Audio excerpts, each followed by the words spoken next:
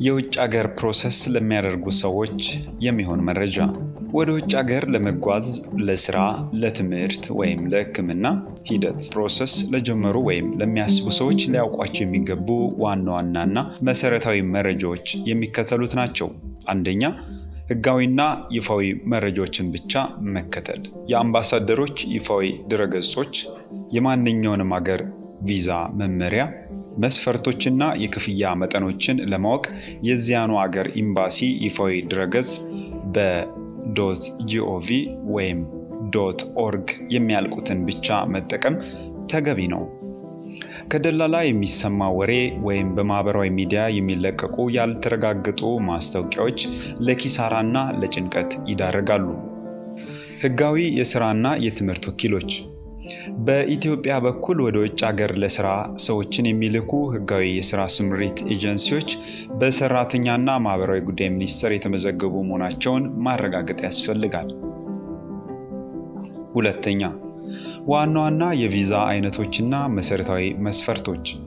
የቅጥር የስራ ቪዛ ወይም ወርክ ቪዛ፣ ከአሰሪው የሚላክ ህጋዊ የስራ ቅጥር ፈቃድ ወርክ ፐርሚት፣ ጆብ ኦፈር፣ የህክምና ምርመራ ውጤት፣ የፖሊስ ማረጋገጫ፣ ከወንጀል ነፃ መሆናቸውን የሚገልጽ እና የትምህርት የስራ ልምድ ማስረጃዎች ይፈለጋል።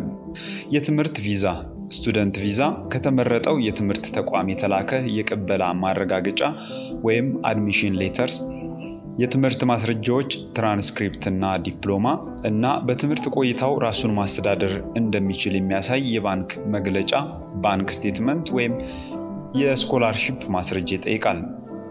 የጎብኚ ወይም የቱሪስት ቪዛ ቱሪስት ቪዚተር ቪዛ፣ የጉዞ ዓላማን፣ የሆቴል እና የትኬት ቦታ ማስያዣ ወይም ሪዘርቬሽን እና ከሀገር ውስጥ ጋር ያለውን ጠንካራ ትስስር፣ የስራ፣ የንግድ ወይም የንብረት ማስረጃ ማሳየትን ይጠይቃል። ሶስተኛ፣ ማስረጃዎችን ህጋዊ ማድረግ ወይም አውተንቲኬሽን። ማንኛውም በኢትዮጵያ የተሰጠ የትምህርት፣ የጋብቻ፣ የልደት ወይም የንግድ ፈቃድ ማስረጃ በውጭ ሀገር ተቀባይነት እንዲኖረው መጀመሪያ በውጭ ጉዳይ ሚኒስቴር የሰነዶች ማረጋገጫና ምዝገባ አገልግሎት መረጋገጥና ማህተም መመታት አለበት። አንዳንድ ሀገራት ሰነዶቹ በራሳቸው ኤምባሲም ጭምር እንዲረጋገጡ ሌጋላይዜሽን ሊጠይቁ ይችላሉ። አራተኛ፣ የገንዘብና የጊዜ ዝግጅት። የቪዛ ሂደት ጊዜ እያንዳንዱ አገር ቪዛ ለመስጠት የሚወስድበት ጊዜ ይለያያል። ከ1 ወር እስከ 6 ወር ወይም ከዚያ በላይ ሊፈጅ ስለሚችል የጉዞ ዕቅድን ቀድሞ ማስተካከል ያስፈልጋል። ተያያዥ ወጪዎች። የቪዛ ፎርም መሙያ ክፍያ፣ ብዙውን ጊዜ ተመላሽ የማይሆን የሰነዶች ትርጉምና ማረጋገጫ ክፍያ፣ የሕክምና ምርመራ ወጪ እና የበረራ ትኬት መግዣ ገንዘብን አስቀድሞ ማዘጋጀት ያሻል። አምስተኛ፣ ማጭበርበሮችን መጠንቀቅ ስካም አላርት። የቪዛ ዋስትና 100% ቪዛ አስመታለሁ የሚሉ ሰዎችን ወይም ደላላዎችን ማመን የለቦትም። ቪዛ የመፍቀድ ሙሉ ስልጣን የሀገሪቱ ኤምባሲ ቆንስላ ብቻ ነው። የክፍያ ጥንቃቄ። ሰነዶች ሳይረጋገጡ ህጋዊ ውል ሳይፈርሙ ከአምባሳደሩ ቀጠሮ ሳይዙ ቀድሞ ከፍተኛ ገንዘብ ለአማላጆች አለመስጠት። ለመሆኑ ሂደቱን እያዘጋጁ ያሉት ለየትኛው ሀገር ነው? ለምሳሌ አውሮፓ፣ አሜሪካ፣ ካናዳ ወይስ መካከለኛው ምስራቅ? እንዲሁም የጉዞ ዓላማ ለስራ ወይስ ለትምህርት ምን እንደሆነ በኮሜንት ቦክሱ ቢነግሩኝ ይበልጥ የተወሰነ ዝርዝር መረጃዎች ልሰጥዎት እችላለሁ። ለምሳሌ እስኪ አውሮፓን እንውሰድ። ወደ አውሮፓ ሀገራት ለመጓዝ ለስራ፣ ለትምህርት ወይም ለመኖሪያ ሂደት ሲጀምሩ ማወቅ የሚገባዎት ዋና ዋና እና ወቅታዊ መረጃዎች የሚከተሉት ናቸው። አንደኛ፣ የቼንጅን እና የነን ቼንጅን አገራትን መለየት። የቼንጅን ቀጠና ሀገራት አብዛኞቹ የአውሮፓ ሀገራት እንደ ጀርመን፣ ፈረንሳይ፣ ጣሊያን፣ ቤልጅየም፣ ኔዘርላንድስ በአንድ የጋራ ቪዛ ስርዓት ቼንጅን ቪዛ ይተዳደራሉ። የዚህ ቀጠና ቪዛ ከተሰጠዎት በየድንበሩ ሳይፈተሹ በነፃነት ከአንድ ሀገር ወደ ሌላው መጓዝ ይችላሉ። ቼንጅን ያልሆኑ አገራት እንደ ዩናይትድ ኪንግደም፣ እና አየርላንድ ያሉ ሀገራት የራሳቸው የተለየ የቪዛ ሂደት መመሪያ ያላቸው። ሁለተኛ፣ በዋና ዋና የጉዞ ዓላማዎች የሚጠየቁ መሰረታዊ መስፈርቶች። ለትምህርት ስቱደንት ፓዝዌይ የቅበላ ማረጋገጫ፣ ከአውሮፓ ዩኒቨርሲቲ የተላከ የቅበላ ደብዳቤ አድሚሽን ሌተር፣ የገንዘብ አቅም ብሎክድ አካውንት ባንክ ስቴትመንት። ለምሳሌ ወደ ጀርመን ለትምህርት ለመሄድ በዚያው ሀገር ባንክ ዝግ ሂሳብ ወይም ብሎክድ አካውንት ከፍቶ የዓመቱን የመኖሪያ ወጪ በአሁኑ ወቅት በዓመት ከ11,000 ዩሮ በላይ ማስቀመጥ ወይም አስተማማኝ የስኮላርሺፕ ማስረጃ ማሳየት ግድ ይላል። የትምህርት ማስረጃዎች በውጭ ጉዳይ ሚኒስቴር የተረጋገጡ የዲፕሎማና ትራንስክሪፕት ሰነዶች ያስፈልጋሉ። ለስራ ወርክ ፓዝዌይ የሥራ ፈቃድ ወርክ ፐርሚት በአውሮፓ ሀገር ካሉ ኩባንያ ሕጋዊ የቅጥር ስምምነት መኖር አለበት።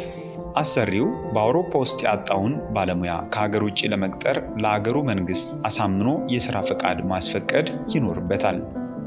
የሰማያዊ ካርድ ኢዩ ብሉ ካርድ ከፍተኛ የትምህርትና የሙያ ብቃት ላላቸው በተለይ በቴክኖሎጂ በሕክምናና በህንድስና የሚሰጥና የቪዛ ሂደቱን የሚያፈጥን ስርዓት ነው።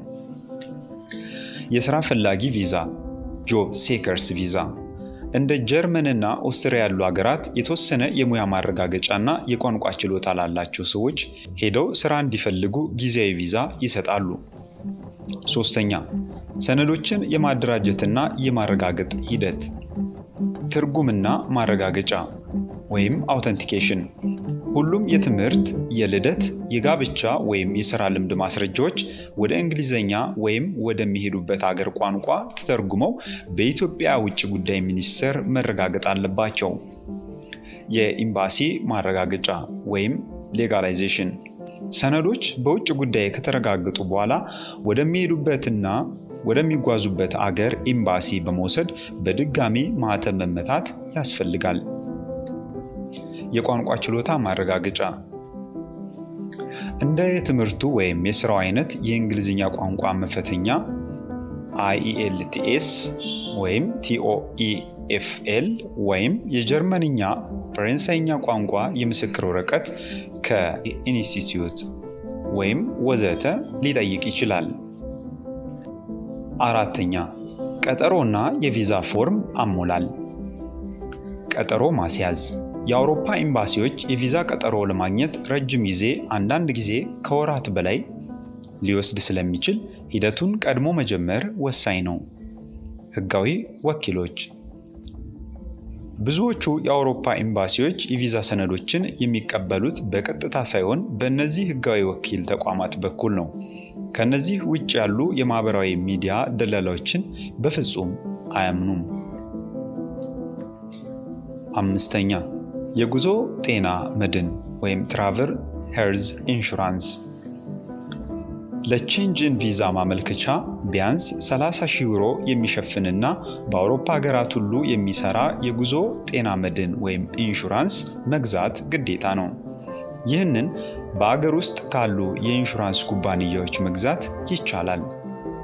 ሂደቱን የጀመሩት በምን አይነት መንገድ ነው? ለትምህርት፣ ለስራ ወይስ በቤተሰብ ጥሪ? እንዲሁም ያሰቡት የተወሰነ ሀገር ካለ ቢነግሩኝ ይበልጥ የተለየውን መመሪያ ላጋራችሁ እችላለሁ። ለምሳሌ ለትምህርት፣ ለስራ፣ በቤተሰብ ጥሪ ወደ አውሮፓ ለመሄድ ለታሰቡት ሶስቱም መንገዶች ለትምህርት፣ ለስራና በቤተሰብ ጥሪ መከተል ያለቦት ዋና ዋና መመሪያዎችና ትክክለኛ መስፈርቶች የሚከተሉት ናቸው። አንደኛ፣ ለትምህርት ስቱደንት ፓዝዌይ። ይህን መንገድ በአሁኑ ወቅት ፈጣንና አስተማማኝ ከሚባሉት አንዱ ነው። አንደኛ፣ ደረጃ 1 አድሚሽን፣ መጀመሪያ ከአውሮፓ ዩኒቨርሲቲ የቅበላ ደብዳቤ ማግኘት። ለአብዛኞቹ ሀገራት ማመልከቻው የሚላከው በቀጥታ በዩኒቨርሲቲዎቹ ድረገጽ ላይ ነው።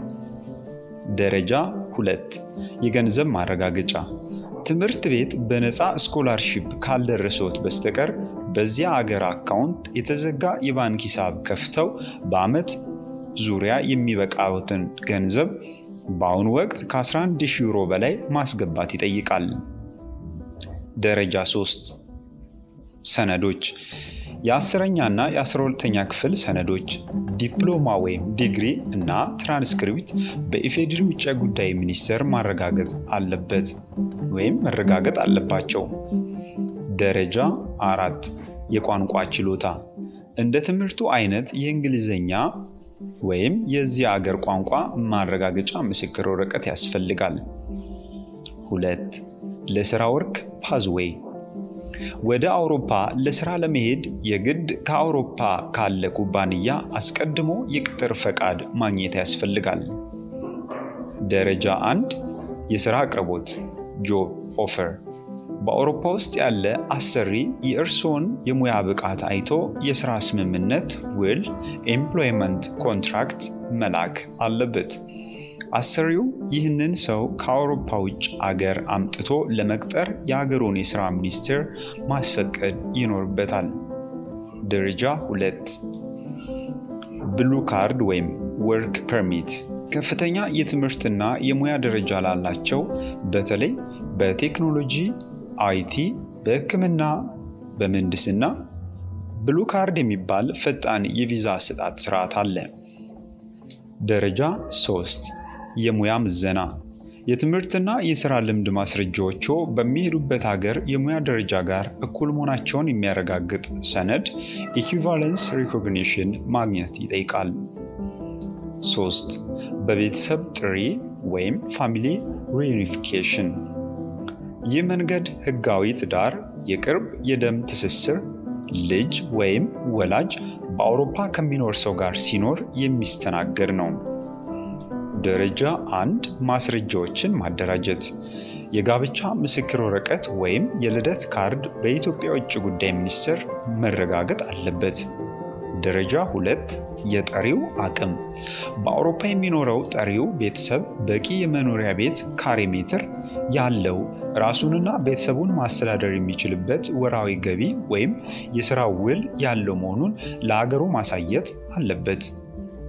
ደረጃ 3 የቋንቋ መሠረታዊ ዕውቀት እንደ ጀርመን ያሉ አንዳንድ አገራት በቤተሰብ ጥሪ ለሚመጡ ሰዎች በተለይ ለትዳር አጋር መሠረታዊ የቋንቋ ችሎታ ደረጃ A1 ማረጋገጫ ምስክር ወረቀት ይጠይቃሉ። ቀጥሎ ምን መደረግ አለበት? አንደኛ የኤምባሲ ቀጠሮ ማየት። የእያንዳንዱ ሀገር ኤምባሲ ለምሳሌ የጀርመን፣ የፈረንሳይ፣ የጣሊያን የቪዛ ቀጠሮ የሚሰጥበት የጊዜ ርዝማኔ ይለያያል። አንዳንዶቹ ረጅም ወራት ስለሚወስዱ ቀድሞ ድረገጻቸውን መፈተሽ ያሻል። ሁለተኛ ሰነዶችን ማስተርጎም። ሁሉንም ማስረጃዎች ወደ እንግሊዝኛ ወይም ወደሚሄዱበት ሀገር ቋንቋ በህጋዊ አስተርጓሚዎች ማስተርጎምና በውጭ ጉዳይ ሚኒስቴር ማረጋገጥ። ሶስተኛ በወኪሎች በኩል ማመልከት። ብዙዎቹ የአውሮፓ ኤምባሲዎች ሰነዶችን የሚቀበሉት በቪኤፍኤስ ግሎባል ወይም ቲኤል ኮንታክት አማካኝነት ስለሆነ በእነዚህ ህጋዊ ድረገጾች ላይ አካውንት ከፍቶ መከታተል ይቻላል። ክቡራን የቻናላችን ቤተሰቦች ከነዚህ ከሶስቱ መንገዶች ለአሁኑ ይበልጥ ትኩረት ሰጥተው እየሰሩበት ያለው የትኛውን ነው? የተወሰነውን ከመረጡ ይበልጥ ትክክለኛውን የትግበራ ሂደት ደረጃ በደረጃ ላሳየዎት እችላለሁ።